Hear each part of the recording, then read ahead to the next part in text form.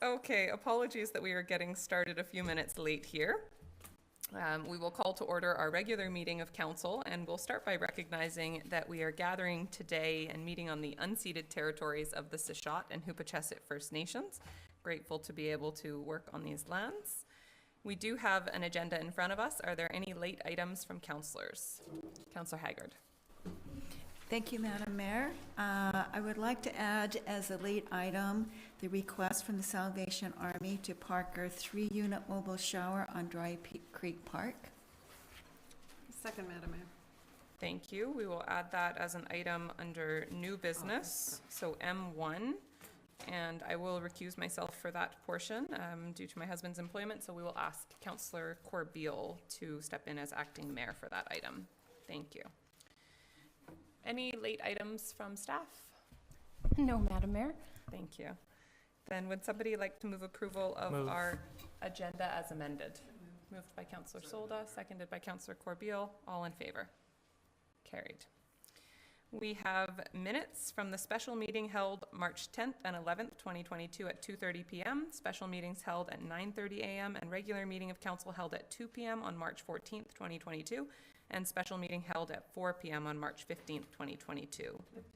Moved to adopt by Councillor Solda, seconded by Councillor Poon. Are there any comments on any of the minutes? Seeing none, all in favor? Carried. And public input period. This is an opportunity for members of the public to address council on topics of relevance to council, and we will accept up to 4 speakers who will each be given 3 minutes to speak. Would anybody like to come forward? Come on forward to the microphone, and if you don't mind, just stating your name and address for the record. I'm Monica Rose, 3981 Exton. Mayor, councils, thank you for allowing me to speak. Why I'm here is I've been filling in the papers, questionnaires, the vision of Port Alberni. And we have so much resources, and I would like to, your motto actually says Magnus Inter Opus, which means among great resources. And if we go back to our ancestors and how it all started, we can say the port, for example. I had no idea till I started to read the history that 1863-64, one of those years, 63 or 64, was the first ship that went from here to Peru and took cargo. So, and also if we focus on the port, the people that has been building it, the reason CPR gave the train to Port Alberni when they analyzed it right from beginning, 1905, I believe, they purchased the assets from EN. Anyway, what I'm trying to say is that the decision was because of the deep water harbor. Many countries in the world doesn't have it. Port Alberni has it. It also has forestry, and it's doing very well.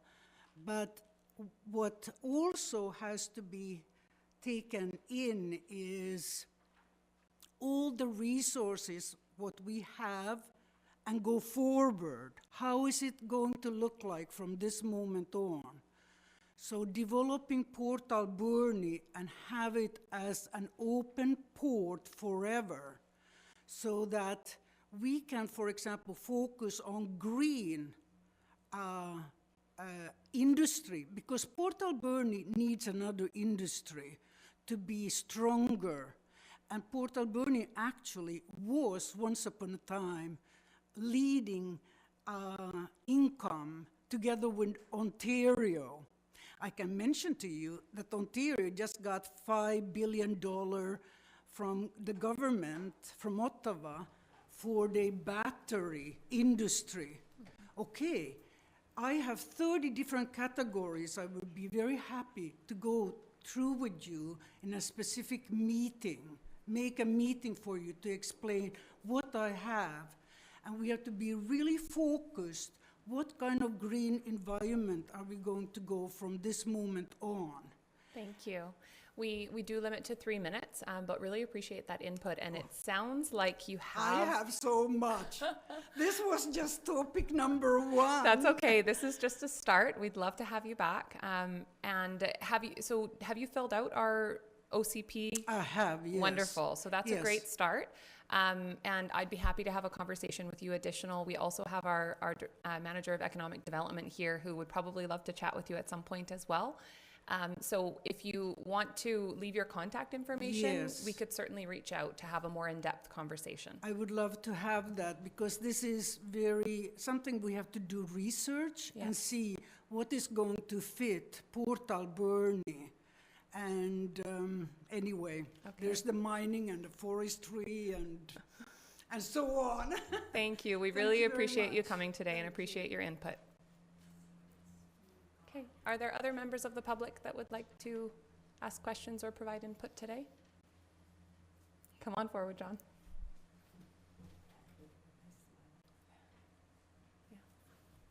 Thank you. I just wanted to, there's nobody up here, so it's a great opportunity just to say a few words as a former mayor and councillor. I just wanted to sort of acknowledge the past couple of years going through COVID and how I know a lot of the heavy lifting was done through the provincial and federal governments, but a lot of people overlooked the work that the municipal governments had to do.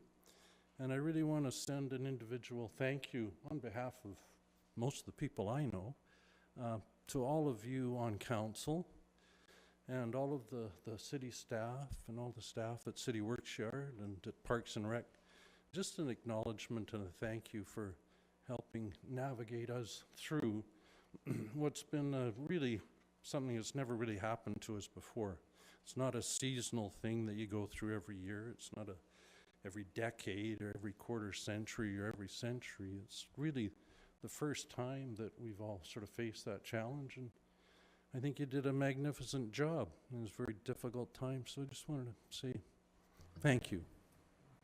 Thank you very much, John. Okay. Any other input from the public? Okay, seeing none. Thank you to both of those speakers, and we will move on to delegations. And our first delegation today is the Rotary Club of Port Alberni to speak to Community Cleanup Day. Welcome.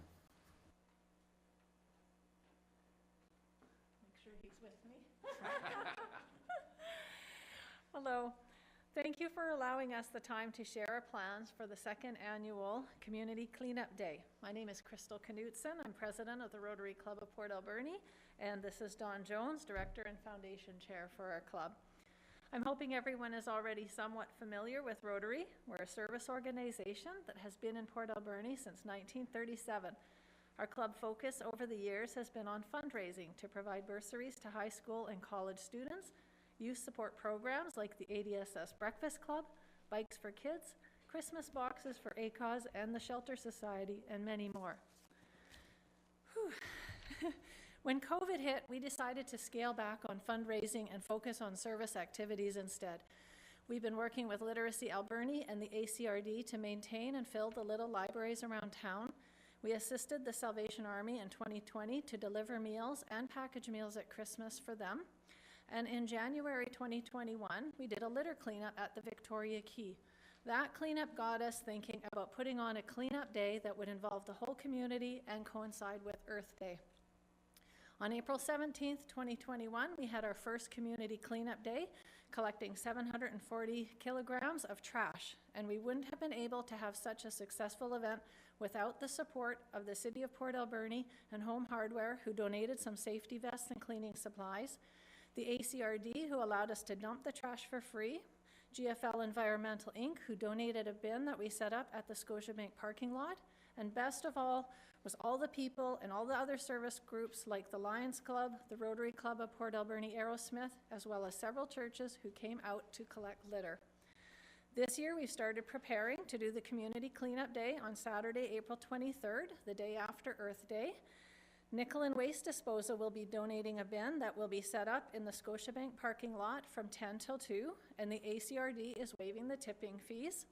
We invite people to register through our Facebook page by selecting the Community Cleanup Day link.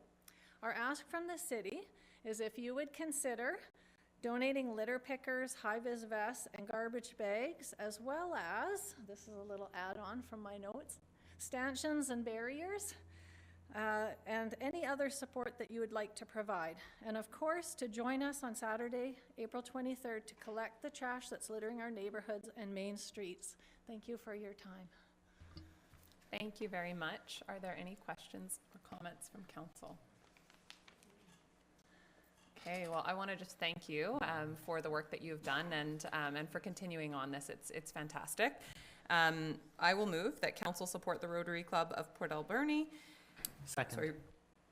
Community-wide cleanup day scheduled Saturday, 23rd, 2022 by providing donation of gloves, trash bags, and litter grabbers from the Public Works Department and exploring if there are other items we could contribute. Second. Thank you. All in favor? Carried. Thank you very much. Really appreciate the work that you're doing in this community, and I'll just say that it's been really noticed the bit of a shift in focus of how your organization has shifted through the pandemic, and the volunteerism has been hugely appreciated, I know, and it's always nice to see organizations adapting when times change, and as they have over the last few years. So it's been really nice to see Rotary active and continue to be a just fantastic part of the community. Thank you so much, and this community has been so supportive. Just amazing community, Port Alberni. Great. Thanks. Thank you. Okay, and item number 2 from the Alberni Clayoquot Health Network, we have the Poverty Reduction Action Plan. Welcome, Marcy. Thank you for having me here this afternoon. Always a pleasure to come speak to Mayor and Council here in Port Alberni. So I am here to give you a summary of the Building Prosperity in the Alberni Clayoquot Poverty Reduction Action Plan that was prepared through the Alberni Clayoquot Health Network. So this is a project that we undertook with funding from UBCM.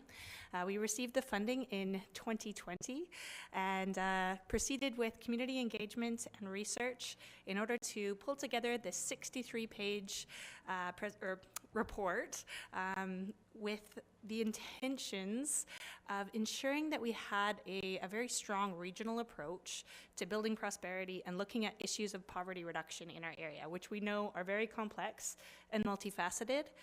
So this is very much targeted towards our municipal decision makers to provide you with advocacy tools, recommendations and research, all in one report, which you can use in upcoming conferences such as AVICC, UBCM, and other facets of advocacy. We did also really want to ensure that there was a strong regional focus because these are issues that no one community, organization, or individual can take on their own, as well as hold up some of the wonderful work that is happening in our region and in our communities, and ensure that that is being further supported. So I'm going to do my best to summarize the 63-page report in 10 minutes, and hopefully you've all had an opportunity to take a look through. So just wanted to start with a quick background of the Alberni Clayoquot Health Network and our influence and our, positioning in working on poverty reduction in the past.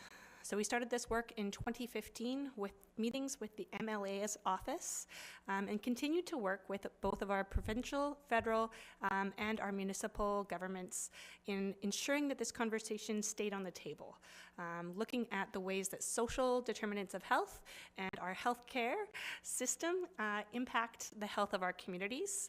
So this has been an ongoing process, and we've done a lot of consultation and work with the local communities in order to make sure that this is something that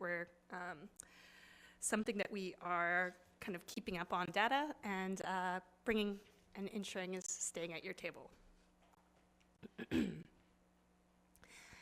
So this plan itself is a collection of a lot of that information. So this plan brings together information both from community engagement through the Poverty Reduction Action Plan, as well as community engagement that we've been involved with since 2015. So really looking at some of those areas that we've seen repeated throughout the years, and then building on that with current community engagement that we did in 2020. We brought that together with our local statistics, our health indexes, and a variety of other peer-reviewed research pieces in order to form our recommendations and bring that back to our community through Zoom-based focus groups, check-ins, and interviews with all of our local partners. So all of that came together to create these recommendations and the plan that you see before you. So some of the kind of key pieces that popped out is the enormous challenge in front of us. So we have some very significant statistics, some very significant vulnerabilities in our region, and some key populations that we really need to ensure that we continue to focus on. Those being youth and young families, single-parent families, any individuals earning below a living wage, and any population which experiences higher levels of stigma and racism. So those were kind of the primary areas that we saw a lot of the challenges. And throughout our community engagement, this is who we heard from the most. So as I mentioned, the consultation combined with our research pulled together this Building Prosperity Action Plan. So I just want to walk you through the dimensions that we incorporated from our research sources to help inform the recommendations that we made. So we saw two main areas of focus within the recommendations. So the first being to build and enhance the protective factors which support community members. So those are things that keep people out of poverty, keep money in their pockets, keep stability in their lives. And then there's the piece around creating clear pathways out of poverty. So ensuring that if somebody is accessing supports, they have very clear ways that they are able to build prosperity and build resilience to ensure that they are capable of coming out of those situations as well. We talk a lot about building equity within this plan and felt that it was important to center the plan in the 4 equity building principles. So those being procedural equity, which many of you will be aware of, inclusion in the process, distributional equity, access, so ensuring that those that have the highest needs are prioritized in our decision making, and then the last 2, which might be a little bit newer, structural equity, acknowledging the historical, cultural, and institutional dynamics shaping the situations people are finding themselves in, and transgenerational equity, looking at the impact of our actions or our failure to act on future generations. So the last lens, I know that these are all kind of big, but the last lens that we incorporated was really looking at a way that we could ensure that there was a consistent evaluation, that we would have the ability to look at a baseline, that we would have the ability to measure forward in the future. And so utilizing the sustainable development goals, we tied those to each recommendation area. These are evaluation areas that our current community foundations already utilize in our vital signs reports for the region. So we have a good baseline, and we have that ability to measure at least the basics moving forward. So those are tied into the report already and can be the basic evaluation framework in order to look at what our progress might be in the future.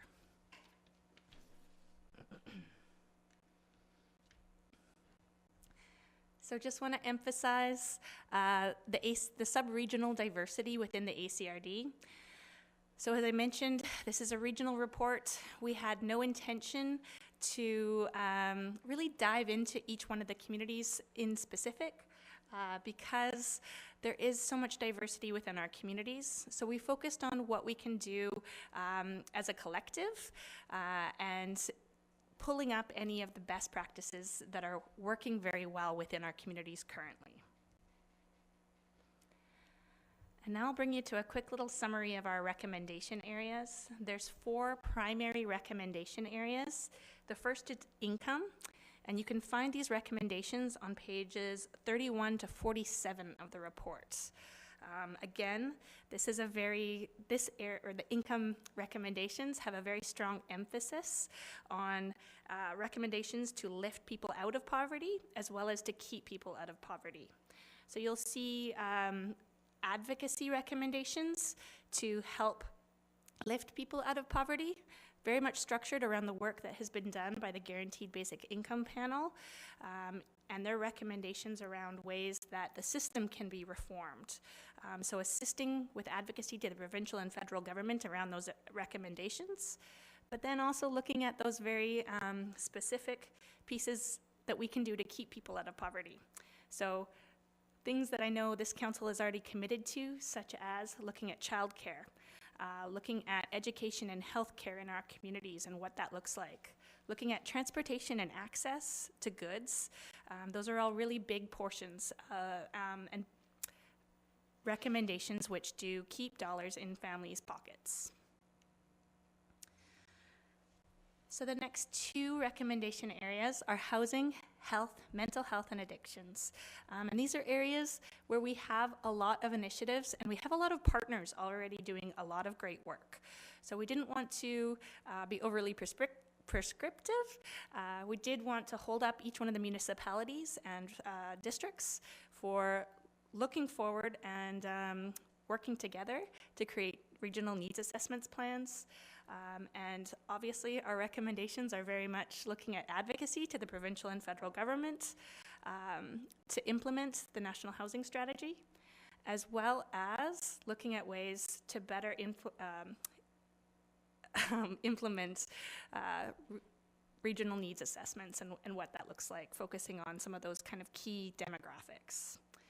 Similarly, with health, mental health, and addictions, working with partners such as the Divisions of Family Practice and other community champions who are moving forward with a person-centered approach. That was one of the main pieces that we saw regularly within the community engagement feedback was equity in access and dignity in access, and having that ability to have a person-centered approach, as well as services which are more local. And lastly, building equity. So in this kind of recommendation category, pages 53 to 56, we saw a lot of the community engagement structured around the need for dignity in access to services, dignity in access to housing, and ensuring that priorities such as reconciliation and racism reduction is prioritized within our processes. You'll also find equity building recommendations in each one of the categories. So ensuring that there is that kind of four-point equity framework in each one of the category recommendations. And so in conclusion, we're very happy to be complete in the writing process of this report, but that's not where it stops. This is just the beginning. We're looking forward to working further with local communities, ensuring that we have some ability to move these forward, whether that be a table that we form collectively as a region, or whether that be quarterly meetings where we have the ability to look at what we're doing and how we can work further collectively. For the meantime, we are looking for that ability for local government to support this report, as well as utilize this in your advocacy moving forward. So thank you very much for your time. Thank you, Marcy. Are there questions or comments specifically on the report? Councillor Haggard. Thank you, Madam Mayor. Always nice to see you here, Marcy. You look fantastic. It's been so long since I've seen you in person. During this report, have you identified any steps that the city could actually take to help move these initiatives forward? Or is that something that potential will come down the road when there's a table partners together? So as far as exact or referencing City of Port Alberni specifically, we did not reference any one of the municipalities or identify them specifically within the report. We did make pretty strong recommendations of ways that specific municipalities can kind of enhance their approaches. So one great example of that within the recommendations would be really looking at your housing needs assessment and ensuring that that is, within your obviously local government timeframe is prioritized within your planning and resource allocations. Another piece would be just kind of looking at those income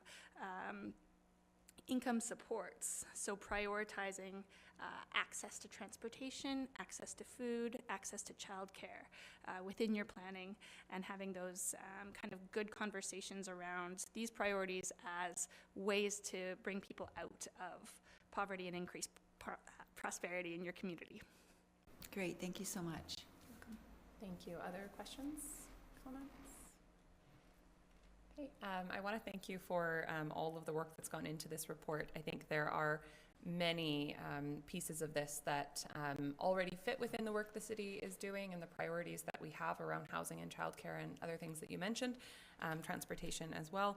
And then I think that there are some gaps here that we can turn our focus to. So I think it's a fantastic report. One thing that I didn't see really much mention here is really, I think, what is becoming one of the larger issues around poverty and who is going to end up being in poverty and who is going to be privileged enough to live their lives not in poverty. And that is around the generational wealth gap that I think owning or not owning real estate is. And that is an issue that I think that we have somewhat overlooked at a local government level. It's not our issue, but it is an issue that I think we need to really start to turn our minds to. I mean, at the end of the day now, if your parents were fortunate to own real estate, then you probably have the opportunity to own real estate at some point in your life as well. And if they weren't, if they were renters, if they continue to be renters, then if you're paying $3,500 a month for a 4-bedroom house in Port Alberni, yes, you have no hope of ever being able to purchase a home. And that generational wealth gap is just going to continue to create, huge inequity in our communities. And it's a newer issue for Port Alberni, but it's obviously been, ongoing in the rest of the province as the real estate markets have changed. But I think now we're really starting to see the challenges of it in Port Alberni as well. And so I don't know if there's a specific, there's some of the recommendations in here that I think could be linked somewhat to that, but I think it's an issue that our local governments at a regional level need to start talking about more intentionally. Because I think there's going to be no larger determinant of whether you grow up with wealth or in poverty than owning real estate, unless there's some major changes going forward. Thank you. I think you've summarized some of the challenges I had in writing this report this fall. Eloquently speaking to some of those pieces without getting emotional was a very, I think, regular occurrence within the report preparation. And when you dig deeper into the income and housing components, as well as our summaries of the region, you will find a little bit of rhetoric around that. I tried not to dwell too much, as it is a very large, emergent, and ever-changing, complex issue at this point. We did certainly look at those supportive income components, as well as just the need for a very targeted approach and I guess a need for the provincial and federal government to also step in around some of the housing challenges. So some of the recommendations do speak to that, but you're right, I think that we do need to start having regional conversations around that. Thank you. Thank you. Councillor Solda. Yeah, just to add on, it's not just young people that are having the difficulty. I know a couple of seniors who came in said they were terminated out of the house that they were renting, and I said, oh, okay, how much did you pay for rent? Well, only 800 and something, but they're selling it. And I says, oh, you're going to have problems, because they're living off whatever the pension the government gives out, which is not much. And they're going to have some issues. So it is that. And I know we're getting some senior housing built, but it has to be affordable too for them. So I don't know what they're going to do, and that really worries me. Yeah. Thank you. And yeah, we are seeing that. It is the situation with anybody living under the living wage kind of category. So that in this region, last calculated was $19 an hour, but I suspect it's much higher. So anybody is living underneath that is significantly vulnerable. Okay, not seeing any other comments. Would somebody like to make a motion? Councillor Paulson. Thanks, Marcy. Thank you. I'd like to move that Council adopt the report from the Alberni-Clayoquot Health Network titled Building Prosperity in the Alberni-Clayoquot Poverty Reduction Action Plan, dated December 2021, and further, that Council directs staff to include the report on the city website for reference. Thank you. Any further comments? Seeing none on the motion, all in favor? Carried. Thank you. Thank you very much again, Marcy, for that. And we will move on to our third delegation, which is the Port Alberni Shelter Society. We have John Douglas in attendance with Christine Shelthright. Welcome.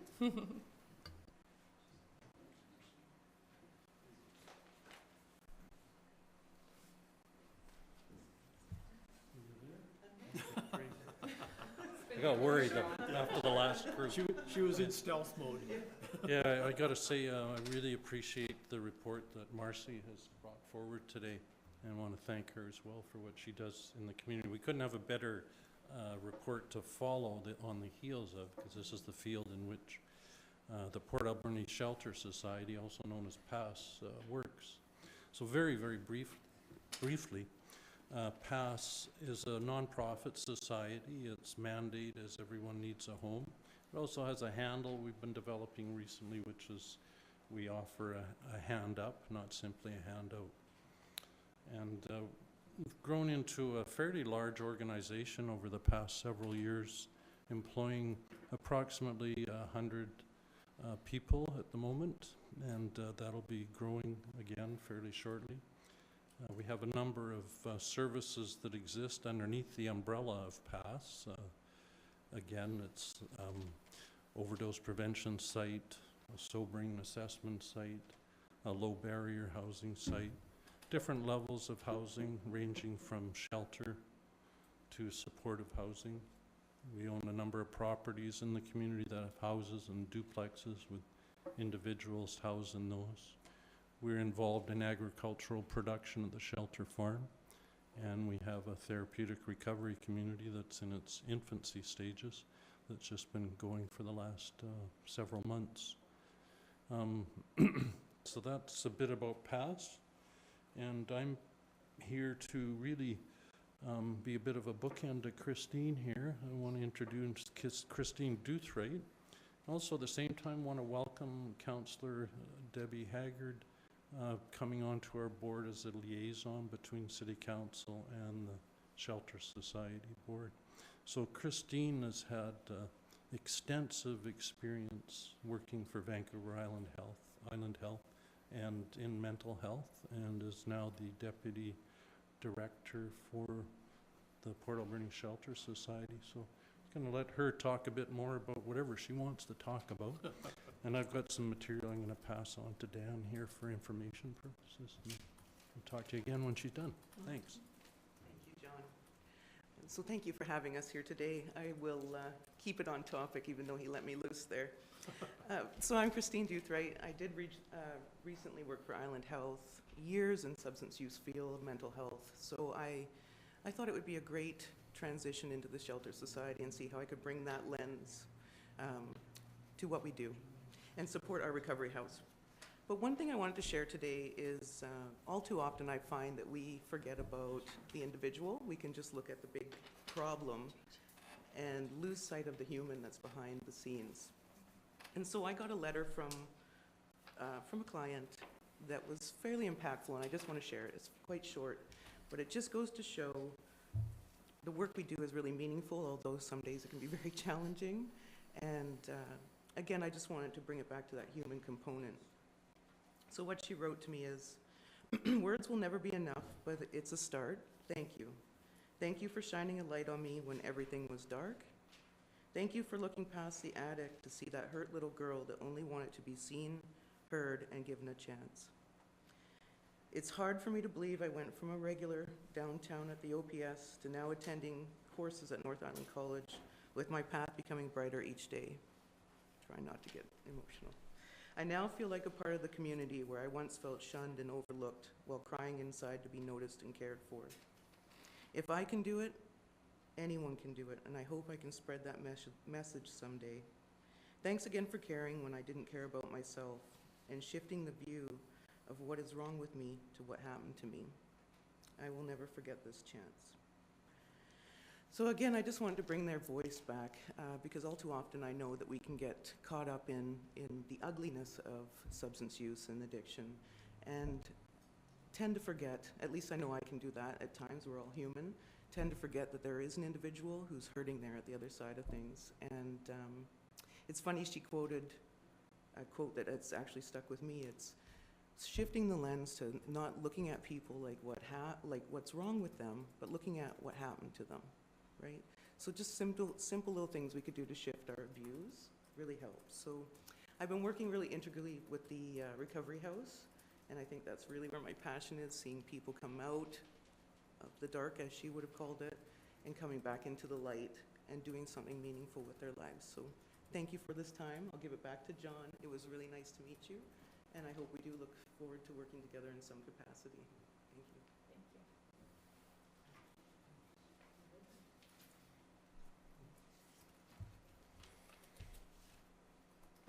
Thanks, Christine. So there's one element I wanted to bring to your attention, just an event that we have scheduled with the Chamber of Commerce, April 21st. It's a luncheon at Chance's Rimrock Cafe, and it's an opioid dialogue event. It's the first one. We had the honor of having almost the last public event before COVID shut everything down. I think it was March 20th or something like that, anyway. So this is the first one that we're having, and we're doing it in collaboration with the Chamber of Commerce, and we've invited a number of, well, all businesses in Port Alberni to attend. We'd love to have representatives from the council and anybody else you feel would enjoy that event. Tickets are available through the Chamber. The shelter or pass is fortunate enough to have a bit of funding left over from an opioid dialogue program, so we're subsidizing the lunch, so it's only $10 a person. And we're hoping to get people up there from the community to get them involved in the dialogue and just talk our way through these things that are challenging our community. And just to echo what Christine said, is we hope to continue this conversation. We hope to be coming back here and appearing before you on a regular basis. And we've left some information pieces about PASS on your desk there. There's also an open invitation in there whenever, we had the honor of Councillor Corbeil came down and shadowed one of the staff. So anybody else finds the time to be able to do that, you're more than welcome. And that's it. Thank you very much. And if you have any questions, we're more than happy to try to answer them. Are there any questions? Councillor Corbeil. Thank you, Madam Mayor. I don't know if Christine or John knows the answer to this, but recently the provincial government announced complex care facilities, and I think Victoria maybe is getting one. Is there any talk about anything a little bit closer to home, closer to Port Alberni? I can speak to this. I know it has come up, and I think that's something that's on the docket to be discussed further. I think BC Housing has some play in that as well. So yes, I kind of laugh a little bit because we are actually doing complex care. I'm a nurse by trade. It's just nice that we're formally acknowledging this work that we're doing, because it is getting more and more complex. We're seeing elderly people come into the shelter who have multiple medical barriers, right, and nowhere to go, much like you mentioned with the housing issue and crisis. So we do need more support. We need more health professionals working with these individuals and safer housing. Yeah, so yes. Councillor Haggard. Thank you, Madam Mayor. Thank you, John, and thank you, Christine. I had the pleasure of attending my first board meeting last week, And my goal is to try and strengthen relationships between the city and the Shelter Society, and hopefully develop some potential partnerships between our two organizations to benefit people in our community. But I have to say, I do meet with John on a regular basis for coffee, and he keeps me somewhat updated on what you're doing. But after attending the board meeting, I'm still shocked at how much work you do in our community. So thank you to the staff and to the board for doing all that you do. Thank you. Thank you. Thank you very much. Okay. We'll move on to unfinished business. And item number 1 is the five-year financial summary Q&A. Are there any questions on this document or additional questions to add? Councillor Washington. Thank you, Madam Mayor. In the report, we've got questions about paving on question 49 and 48, which are highlighted, but there's still no explanation in there. I'm just wondering when we can fill in the blanks on how many kilometers and how much we plan to pave, and just an answer that inquiring minds want to know.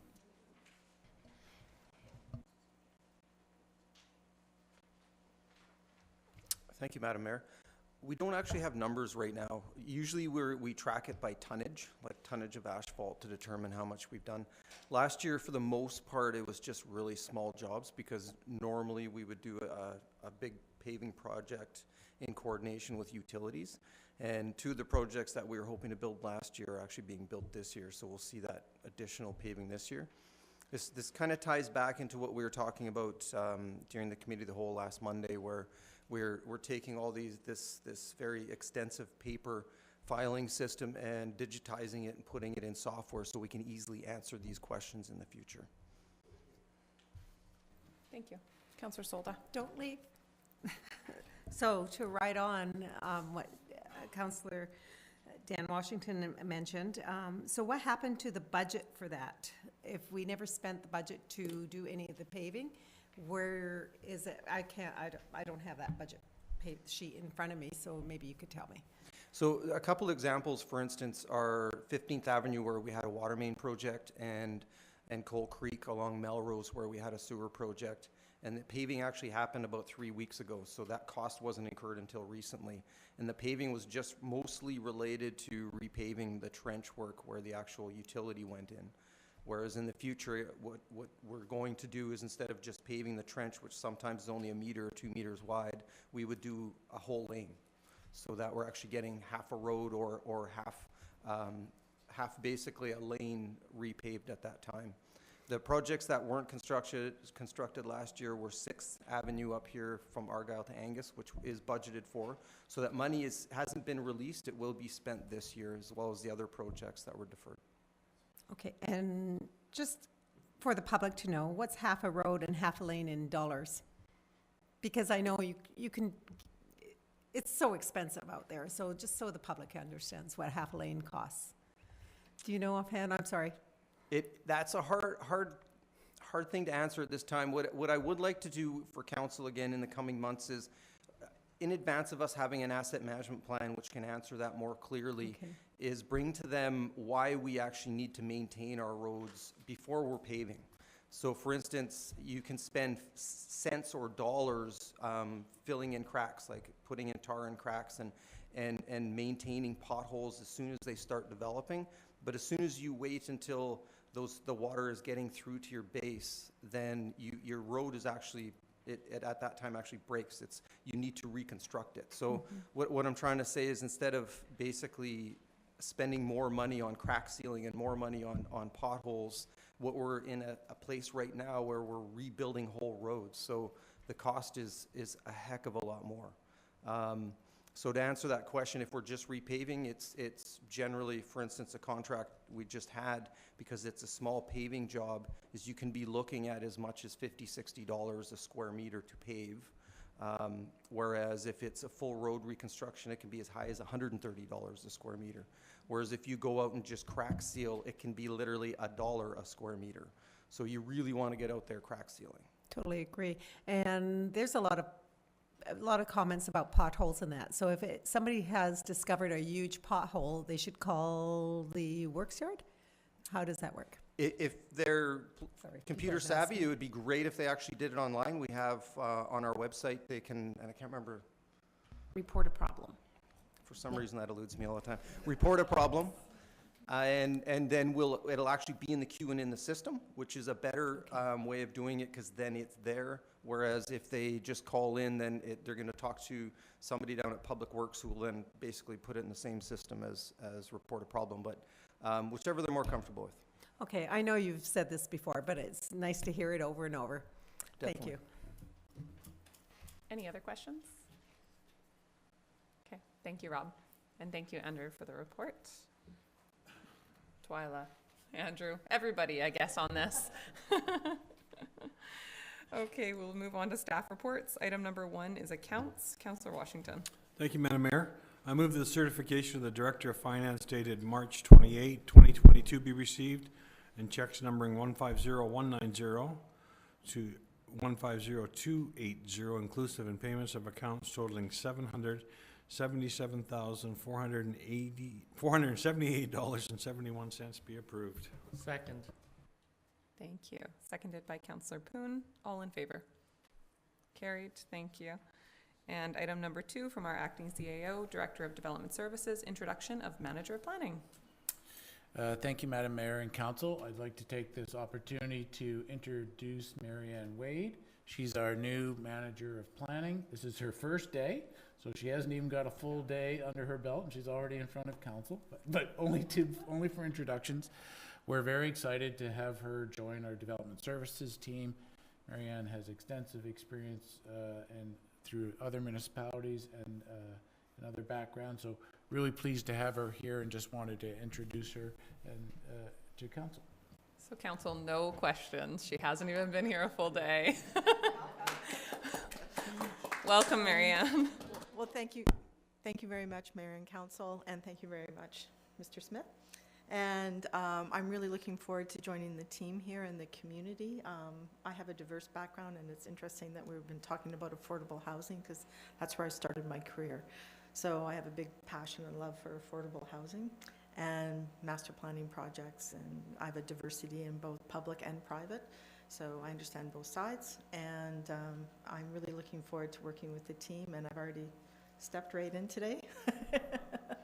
And I really enjoyed what I've heard so far today. So thank you very much, and thank you for the warm welcome. Great. Thank you so much. And we really look forward to having you get started and having more opportunity to get to know you soon. So thanks. Okay, on to item number 3, Manager of Economic Development, early approval for the facade improvement program. Welcome, Pat. Thank you, Madam Mayor. Councillors, I've got a request in front of you for approval of the facade improvement program allocation. It's in the budget. This would be our 7th year, or will be our 7th year if you do approve it. I'm asking for early approval because over the last 2-3 years, actually it preceded the pandemic, we started getting feedback from the owners of the businesses and the owners of the buildings that we were approving grants for, that they were having a very difficult time accessing contractors. With Council's normal timeline approval of the budget in May, then we would get the applications out.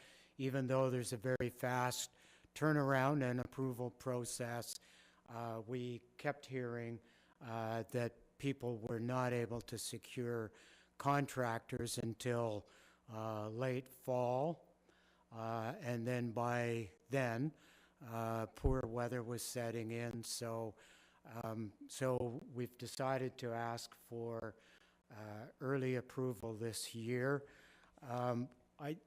My recommendation, of course, even though I give Council some options for investing the money otherwise. I would like to point out that this program has actually leveraged in excess of 4.6 times the amount that we've invested in the program over time. And we do our best to track what the building owners actually end up spending compared to the amount that they've received. So in the 6 years that the program has been in existence, we've paid out $383,000 for the program, and it's according to our records, it's brought in $1.56 million in investment. And so we're asking for early approval, and if you would like to point us in another direction, we totally understand. Thank you, Pat. I'm going to assume we don't want to point you in another direction because this is just a fantastic project. And I'm so thrilled with how much success we've seen. And the pictures that have just been highlighted are a great example of just a few of the projects, just a few of the buildings that have been significantly improved. And we know that a lot of that was kickstarted because of this program. So, Pat, I want to thank you for bringing us this program 7 years ago. And yeah, I'm just so thrilled with the success that we've seen, and I would be happy to make the motion, or if there are any other. I'll second it. Okay, wonderful. Then I will move that council provide early approval and authorize staff to proceed with the facade improvement program for 2022 as allocated in the City of Port Alberni 2022 to 2026 financial plan, bylaw number 5045/2022, in the amount of $50,000. Seconded by Councillor Paulson. Absolutely, Councillor Haggard. Thank you. Great return on investment, but my question is there ever a larger demand of applications than there is money allocated? Like, do you ever feel like, oh, I wish I had more money to put towards this program? Occasionally. And before I answer that fully, I do want to give a shout out to Community Futures, who have administered the program for us and done a phenomenal job. As the report says, there are 2 other communities in British Columbia who, after a nationwide search, selected this approach to their facade improvement program, and Esquimalt, a 3rd municipality, is considering it at the moment. So, to come back to your question, over the 6 years, we've received 92 applications, and we've actually paid out on 50 of them. Some we've said no to because they didn't meet criteria. The approval that they were looking for was not an item that fit the criteria, or they're outside the city boundaries. And on balance, while there may be a few that we turn down, I think the amount is right. And okay. Yeah, I mean, it's very rare that somebody would say, no, don't give me more money.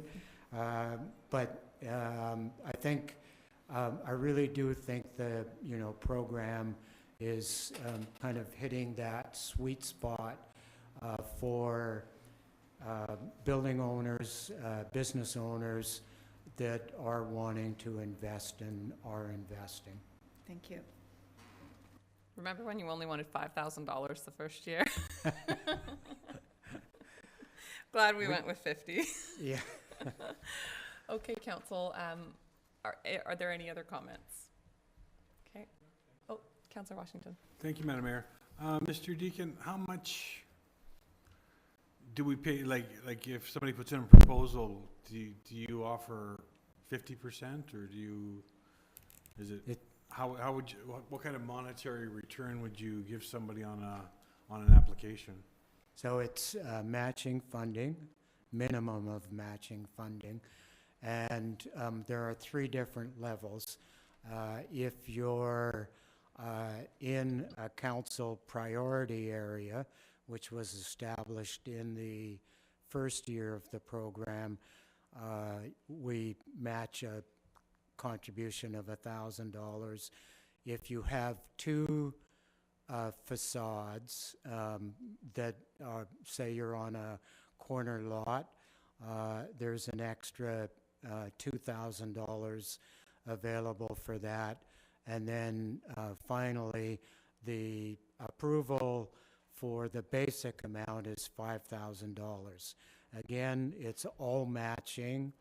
And again, we know it's leveraging a huge amount of money from the business owners. So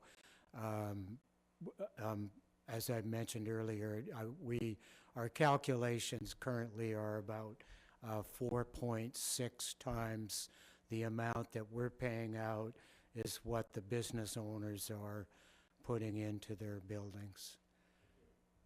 And I will say, I mean, we've fine-tuned the program over the years. I mean, if a building owner owes taxes to the city, she or he is not eligible for the program until the taxes are paid up. If they've been given some approvals by the building inspector, but haven't delivered on those, so we haven't been able to prove that the building has met all of the conditions. They're not eligible for the program, and in those instances, rarely do we see that a building owner will conform to the criteria that year, but they can always come back to us in the following year, recognizing that that some building owners will just go ahead once they've corrected the deficiencies. Some building owners will come back to us, and some building owners haven't proceeded yet. So it's a real mix, and we are thrilled with the results, and I'd like to thank you for this. Thank you. Okay, on the motion, all in favor? Carried. Thank you. Thanks very much, Pat. Moving on to item number 4 from the Director of Engineering and Public Works, we have financial plan amendment for the award of the Bird Street water main replacement. Thank you, Madam Mayor. Staff are bringing forward a report today to ask for $700,000 in additional funding from the Water Reserve and for approval to award the water project on Bird Street between 7th and 10th Avenues to Bowerman Construction Limited for $915,685. The project was budgeted several years ago, design was completed recently, and it was tendered in February with 4 bids being received, as you see on the screen. The low bid was from Bowerman Construction, whom we recommend award to. The additional budget we're asking for at this time from the Water Utility Reserve is due to the change in scope for the project, as well as design elements that have changed since the original cost estimate was completed. If there's any questions, I'd be happy to answer them. Thank you. Are there questions? Okay. Would somebody like to make the motion as written? Councillor Poon? Yes.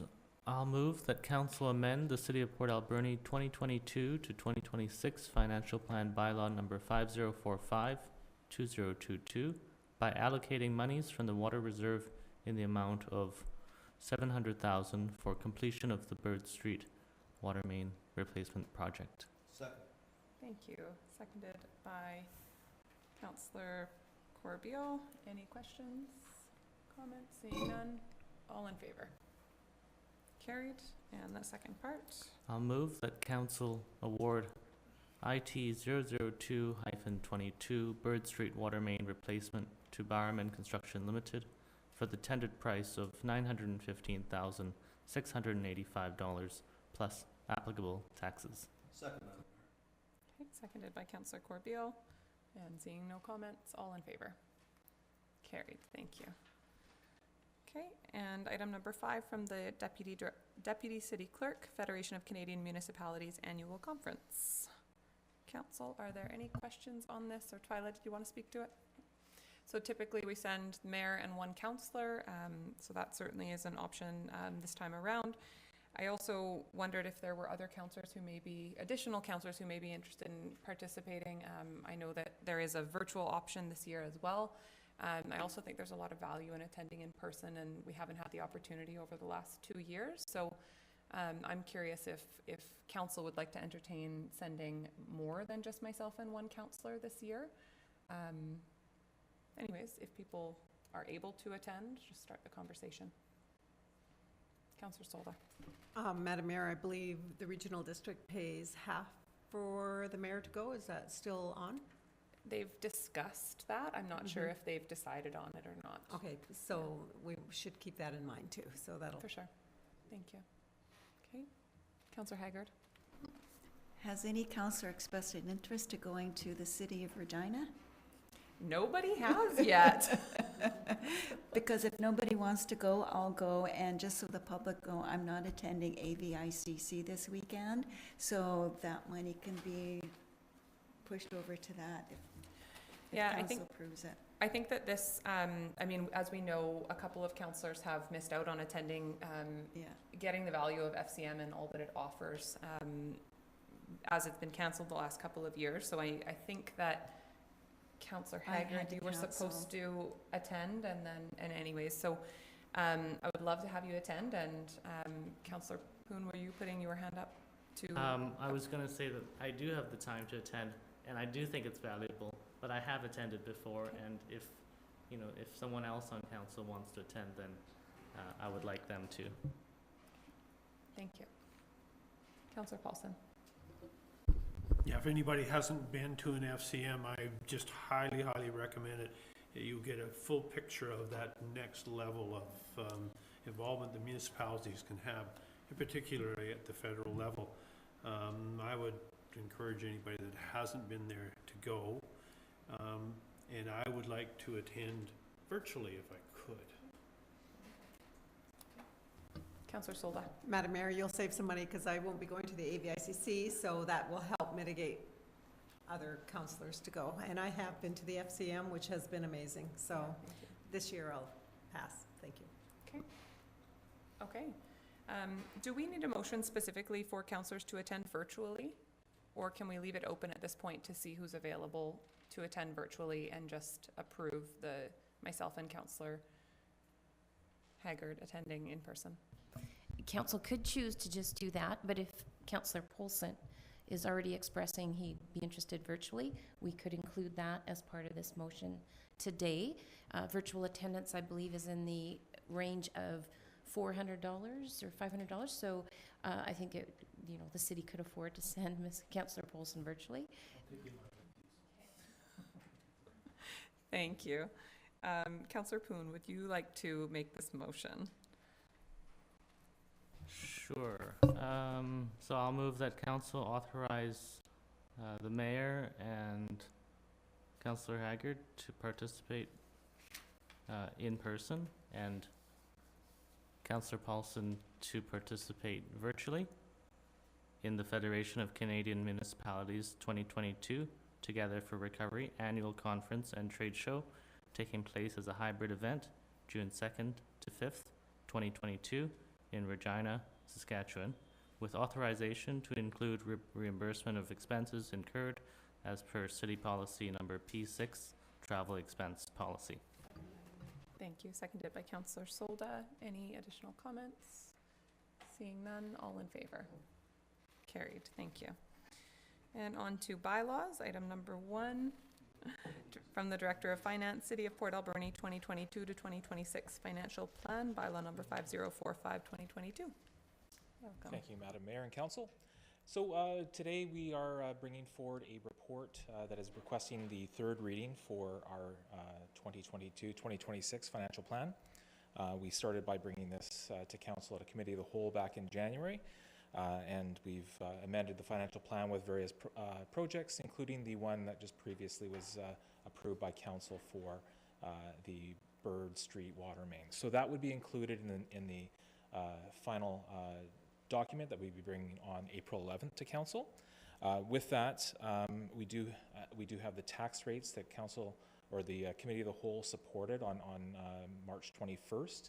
That would be brought also for the first three readings on April 11th also. And that matches what is required for the financial plan for 2022. With that, we see a 3.91% increase for the average residential home in Port Alberni, or approximately 8133 over 2021's financial plan. With that, we are coming to the final opportunity for Council to make decisions should they want to make any decisions before we do have adoption. So that being said, if there is anything that Council can see as far as changes, we would need to make that prior to having our third reading. So with that, I hand it over to the Council for any questions that you might have. Thank you. Are there questions or comments from Council? Councillor Paulson. I'll just throw it out there because I'm confused, and I know that you gave this answer previously, and I can't remember, but I noticed under the Parks and Recreation Reserve, we took $1.6 million out of that reserve. I can't remember what that was composed of. The reserve fund was over $2 million, and it's under $1 million now. You're looking at me confused? No, I think I know what you're referring to. I think we're looking at the Connect the Keys contribution from the Parks and Rec Reserve. Yeah. That is the contribution that we're making towards that project in 2022. And next year, there's the third year of the contribution. So. I'm getting old, eh? You know. Thank you. Any other questions or comments? Okay, seeing none. Councillor Paulson, would you like to read the motion? I'd like to move that the City of Port Alberni 2022 to 2026 financial plan bylaw number 5045, 2022 be read a third time as amended. Thank you. Is there a seconder? Seconded by Councillor Corbeil. Seeing no comments, all in favor? Carried. Thank you. Thank you, Andrew. And there's no correspondence for action today, so on to proclamations. And we have one item, which is a letter dated March 16th, 2022 from Alberni Community and Women's Services Society requesting that Council proclaim the month of April 2022 as Sexual Assault Awareness Month and inviting Council to participate in the Letters to Survivors campaign. Would somebody like to make that proclamation? Councillor Solda. Madam Mayor, I move that Council proclaim the month of April 2022 as Sexual Assault Awareness Month in Port Alberni on behalf of the Alberni Community and Women's Services Society. Second. Thank you. Seconded by Councillor Poon. Any comments? Seeing none, all in favor? Carried. Thank you. And correspondence for information. Twyla. Thank you, Madam Mayor. So we have 11 items of correspondence under your summary for this afternoon. Variety, some from other municipalities on various supports. We've got comments from community members on a development variance permit that Council issued a couple of weeks ago. We have a letter from a resident requesting that Council support the Capitol Theatre. Correspondence from a gentleman who resides in the Okanagan expressing that Council support our local Western Vancouver Island Heritage Society, both railroad enthusiasts. We have correspondence from Ian Ruxton on the Bird Street Ponds, communications from Randy Fraser following up on a letter that he wrote to council back in December, which council acknowledged, and we have included the staff reply to Mr. Fraser's letter, but appreciating that sometimes we do experience technical difficulties, so we're not certain that Mr. Fraser didn't receive, he says he didn't receive it, and we may have got caught up in our email somewhere along the line. We have a letter from the ACRD regarding tsunami preparedness, and they're holding Hike to High Ground on April 12th and are extending invitations to council members to join them in that event, and minutes from the audit committee meeting back in February. Thank you very much. Are there any items councillors would like to speak to? Councillor Paulson and then Haggard and Washington. It would be item number G, and with regards to reducing red tape for patio applications, and I think maybe we're a little ahead of that curve. I could be wrong, but we were looking at reviewing our qualifications for patio applications and those sorts of things. And I'm just wondering kind of where we're at, or if we move forward, or so we're getting into the summer season. So for sure, thank you. Twyla, are you able to speak to that? Yes, I was just going to remind, sorry that I breezed over that one, that's an important one. Just wanted to remind council that we did grant extensions to all those temporary patio licenses that the city issued in response to COVID. They're in effect until June 1st, which coincides with the Liquor and Cannabis Regulation Branch, because that is their deadline date that these patios needed to see some permanency. Council did support a while back staff's recommendation that we establish guidelines in advance of making those patios permanent, and staff are working on that, and we don't foresee that we're going to miss out on that date for those businesses that have taken that opportunity. Thank you very much. Councillor Haggard. Thank you, Madam Mayor. The letter regarding support for the Capitol Theatre, I just want the public to know that we already do support the Capitol Theatre under our permissive tax exemption policy. And if anybody from the Capitol Theatre is watching, the provincial government just announced $34 million and to assist non-for-profits. So I'm sure that if you go on the province's website, you'll be able to look up that fund up. And if you're unsure, maybe contact the chamber. It is also in their newsletter, and you'll be able to get some assistance in applying for that grant funding. Thank you. And that would also go for any other non-for-profits that are listening as well. Councillor Washington. Thank you, Madam Mayor. Letter C from Mrs. Haynes about the developments permit 110.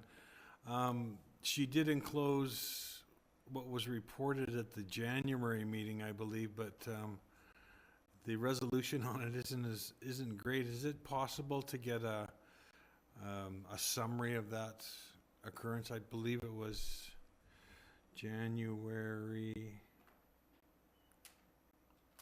sometime. Just if we could revisit it and just have a summary on it, just what she's saying, and then it's sort of like she's saying something and we're saying something else, and I just want to have a revisit on it to make sure that we're doing our due diligence, please. Scott, are you able to speak to that at all? No problem if you can't on the spot.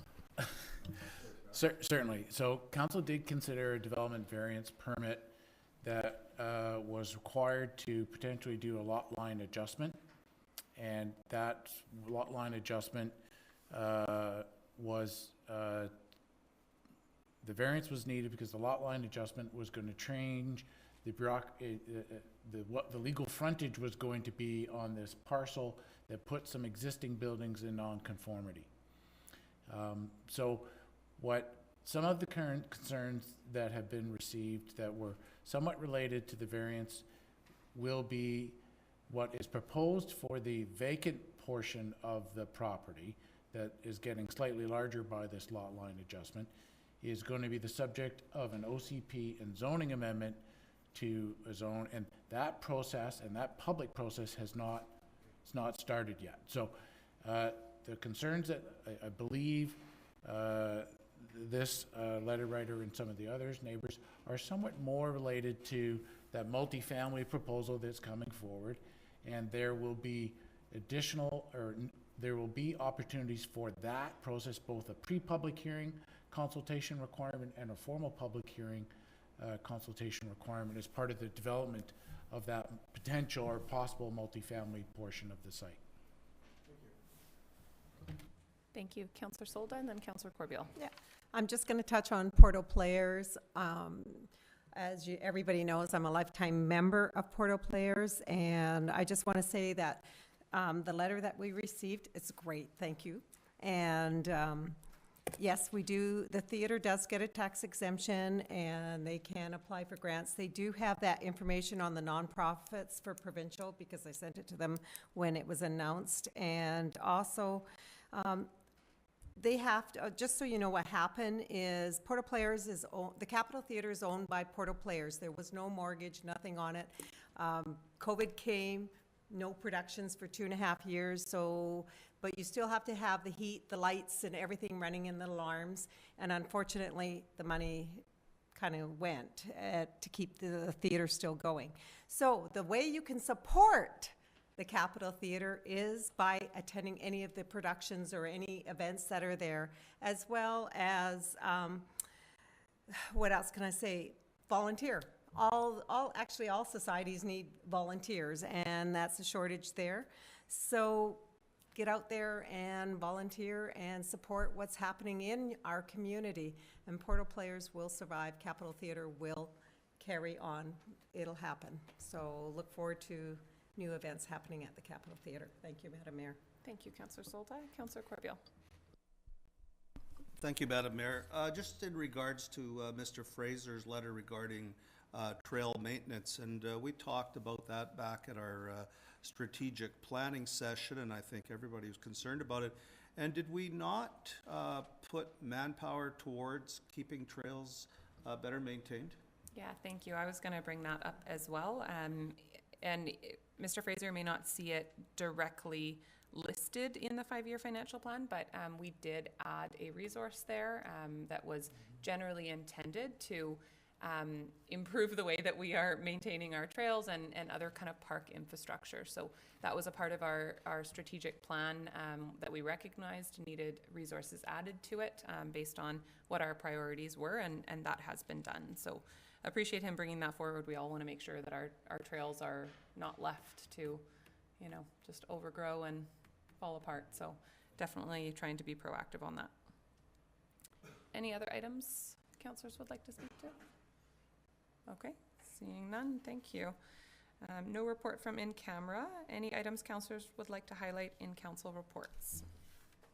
Councillor Paulson. I'd just like to expand a little bit on the situation in the Ukraine. And as some of you may or may not know, in 2008 and 2009 and 2009, 2010, we had 2 Canada World Youth groups that take up residence in Port Alberni, and they were in the community and did various community projects. And both of those contingents, half were from across Canada and half were from the Ukraine.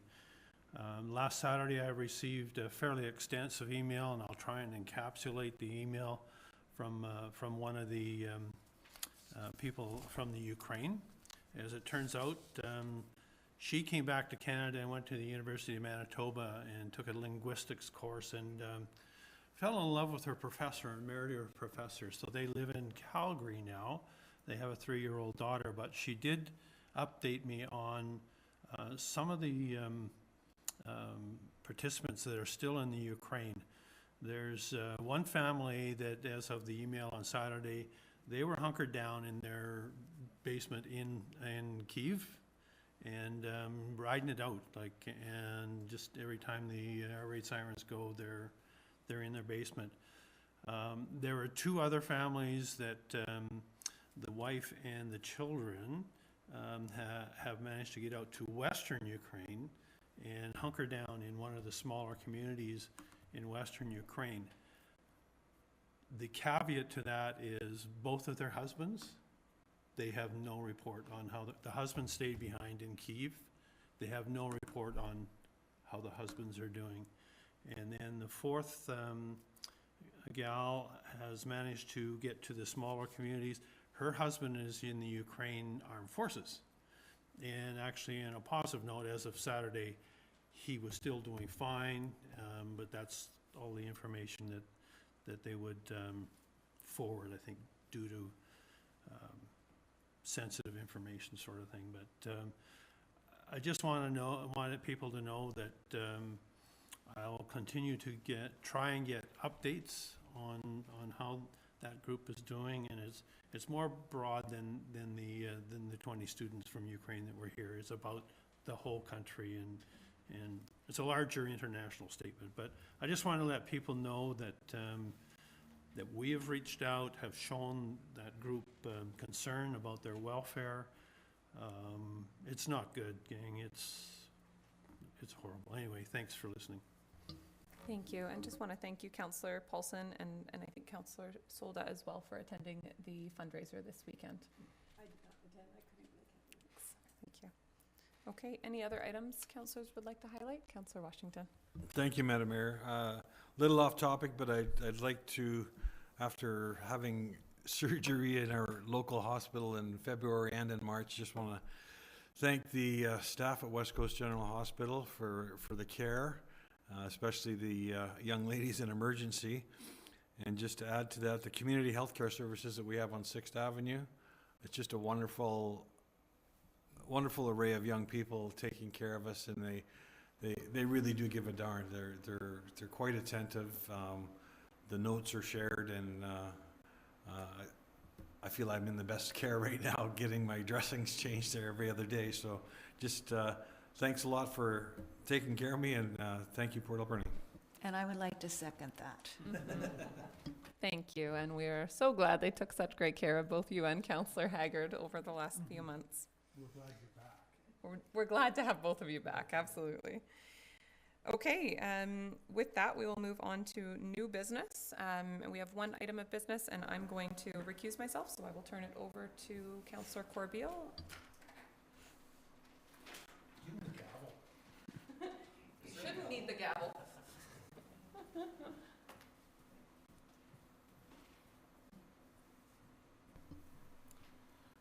So, moving on to new business, we have one item of new business, and this is a letter that's addressed to our acting CAO, Mr. Smith, from a Colin Minions who works with the Salvation Army.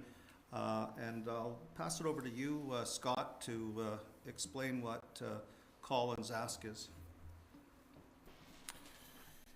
Thank you, Councillor Corbeil. So the Salvation Army ask is that they have acquired a mobile shower trailer, and they would like the city to consider allowing them to park it on some city-owned land in the lower 4th Avenue area 3 times a week over the next 6 months to allow some of our more challenged residents to be able to make acquisition of that shower facility, and that they would probably need the access to water to fill the tanks to this unit, and then be able to use the city's sandy dump that's in that general location. And if council is in support of this, you could just direct staff to work with them on an exact location and means about how that could potentially occur.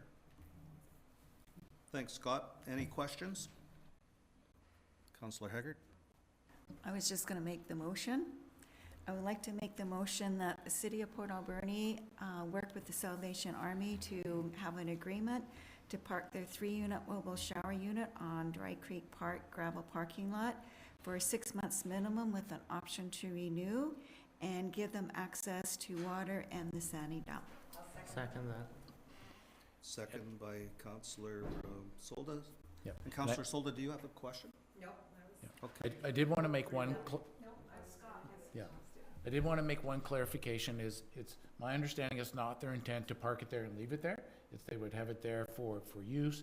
They would move it out, and so and that's how they're proposing to work with that. Okay. Any further questions? Councillor Poon? Just wondering, because it says the unit requires a generator. I'm wondering if this generator will disturb the neighbors there, and what sort of timing are we going to give them to operate these showers? So this did just come in on Friday, so we haven't had a whole lot of time to work with them. It is, my understanding would be during the day. That's why I think it would be, you know, let's, if council is supportive of this, staff would work with the Salvation Army to find an appropriate location, take this kind of thing into consideration when we're looking at this. Councillor Solda? I think it's exciting. A lot of people in the community are very happy about this, and I think it's a positive thing, so it's great. Thank you. Any further discussion? Councillor Paulson. Two wrongs don't make a right. Perhaps we could look a little bit at the agreement that we had with the warming center, where they set up in the morning and it had to be gone by X hour in the afternoon. I think that's kind of the vision anyway, but we could use that as a template. Further discussion? Hearing none. On the motion to direct staff to work with the Salvation Army to access water in the Sandy dump on 4th Avenue, all in favor signify by saying aye. Opposed? Carried and so ordered.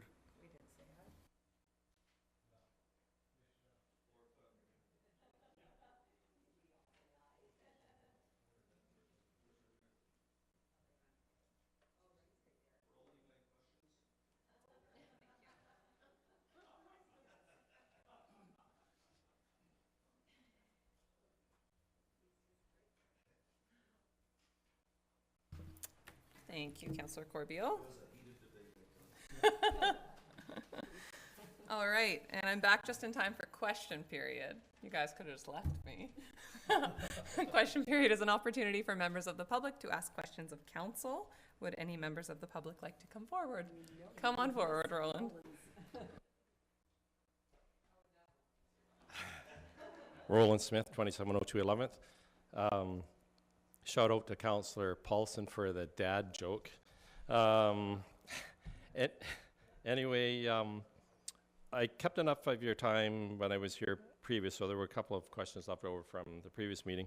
One is, it may just be a typo on the report from the Director of Engineering March 14th regarding the emergency funding reallocation of projects from the 2022, mostly sewer capital, to the Snowmass River Force Main. At the bottom of the list of reallocation of funds, there's two references to the Municipal Finance Authority surplus funds, one from General Fund and one from Water Fund.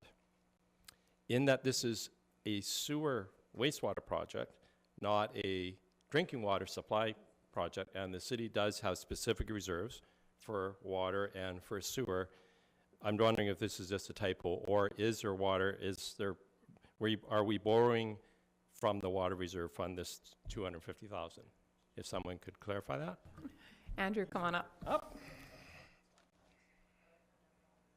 No, Madam Mayor, that's an excellent question from Mr. Smith.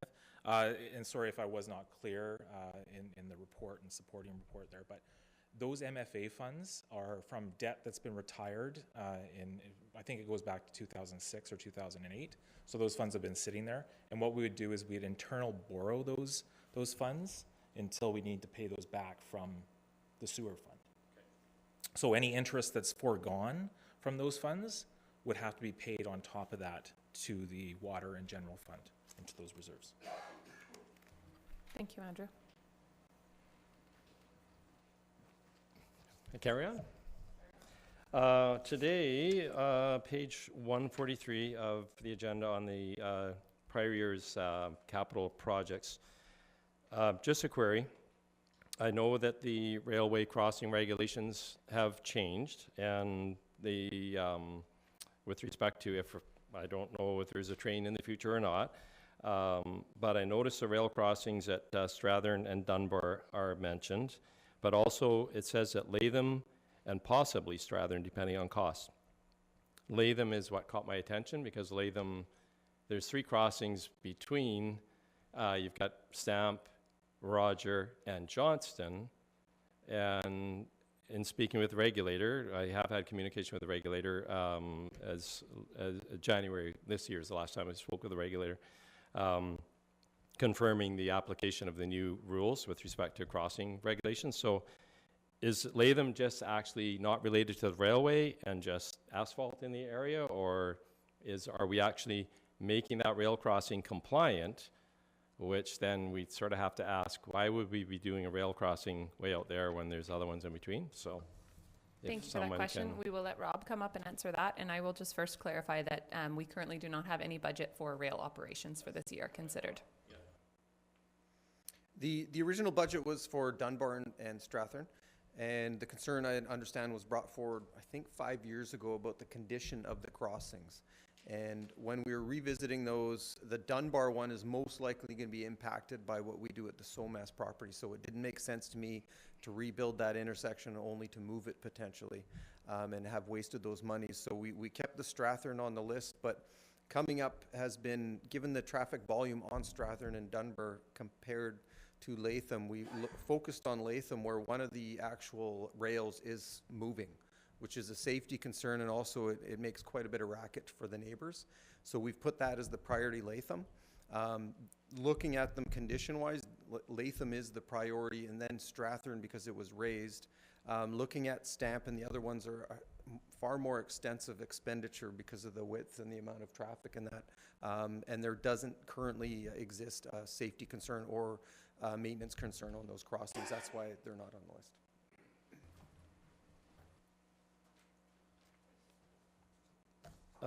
So just coming back, we touched a little bit on water meters during the committee of the whole meeting. And then, of course, unfortunately, today there is approval of more money for another project that came in, unfortunately, over budget, which is seeming to be a regular pattern, unfortunately, for everybody recently. But I'm just wondering, with respect to the water meter program, that has its genesis in 2017. And at the last meeting, Madam Mayor, you did articulate that a lot of these projects that are on this list we need to do. In the comprehensive annual financial report for the city, Schedule 2, segmented information for your revenue, the water utility, or actually sales of service, is the second largest income for the city beyond taxes. And in the sales of service, the water utility is the largest. In that the meters would play a significant role in the accuracy and efficacy of measuring or selling water to residents, and in that this program cost $2.9 million in 2000, and in current dollars, that would be $4.5 million. You've got about 10% more meters now than you had in 22 years ago. I'm just wondering, in that this program, selling water, will probably, we haven't got the 2021's actuals yet, but based on the growth of the revenue from the water fund, it should have been about $4 million in sales last year. So in that this is an investment into a aspect of the city's operations that generates millions in revenue every year. Again, not to trash the path so much, but $7 million in the path is not going to generate this kind of revenue every year. And I think the meters, again, just looking at just doing the inflation calculation, the growth in the community, the growth in the number of connections, the escalated costs, and the fact that this part of your revenue stream is a big part of your revenue stream. It's 35%, and the most recent report in 2020 of the sales of service. So I'm wondering why the meters are not getting more aggressive attention. It's because there's lots of projects on this list, but I just wondering why there's not a little bit more focused. If we could elaborate on that. So I'm trying to remember where we left at our last meeting on the meters, if we were going to get additional information. So that was just at our last meeting.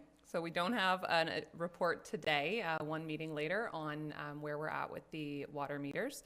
I hear you mention the path, and I guess I'm not seeing a direct link there. If a municipality's main goal was to generate revenue, we wouldn't do most things that we did. We wouldn't run Parks and Rec, we wouldn't have a pool, we wouldn't build paths, we wouldn't build parks. you know, a municipality's goals are a lot broader than generating revenue. That said, I don't think there's anyone on this council that's not saying the water meters are incredibly important. I think we're just waiting on additional information today.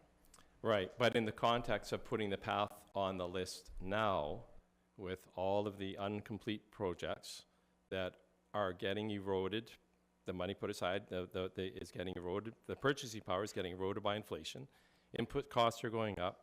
In the last couple of weeks or month and a half, the ladder truck, the public safety building, U Street project, Force Main, they're coming way over budget or what expected costs were. And with 15 million of uncompleted projects, if they only go up 0.5 of a time, not 1 time or 2 times, you're going to have a $3.5 to $5 million funding gap just to go back and deal with those. So you got to wonder, is allocating all these millions to a path right now with these guys all outstanding. It's not making sense to me personally, but. I would argue that the community's been working on the PATH project or had the PATH project in the plan since 1983, so it's not a new project on our agenda.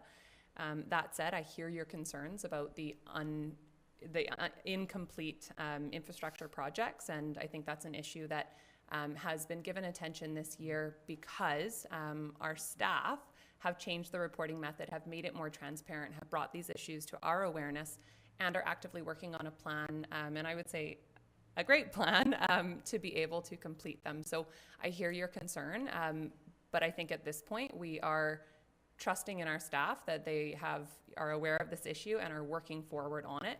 We heard last meeting that some projects are, being relooked at, some are being reconsidered, some are, we're questioning every project that was previously put on the books to say, does it still make sense today in the same format? So I'm not dismissing your concerns, Roland. I certainly appreciate and understand your concerns. I think that the path is separate. I think there's lots of projects you could pull out of this year's budget that you could make the same argument for. But at the end of the day, our job on council is to balance community needs. And building a complete community looks like a lot of things. It doesn't just look like infrastructure. It doesn't just look like recreation. There's a lot of needs, and we're doing our best work to balance those needs in the community. Well, fair enough. But another issue, of course, is the pool as well, right? It's an old girl, and we're falling behind. And Councillor Paulson he asked what happened to the reserve in the Parks and Rec reserve, and I just a little bit concerned about where that this is getting away from us based on recent history and the projects that are coming in, that the costs are catching us flat-footed. You've added $2.25 million of internal borrowing in the last month and a half. So borrowing means you don't get to keep the money, you have to put it back. So that money's going to need to come from somewhere out of future budget or future taxpayers. And you've got these other projects that are still outstanding. This $2.25 million of internal borrowing to plug holes without raising taxes or increasing the revenue stream, it's, you see where I'm going with that, correct? I do. Do you have an additional question? No. Thank you very much, Thank you for Roland. your time. Appreciate your input. Are there any other questions from members of the public today? Okay, seeing none, thank you. Would somebody like to move adjournment? Moved by Councillor Solda, seconded by Councillor Poon. All in favor? Carried. Thank you.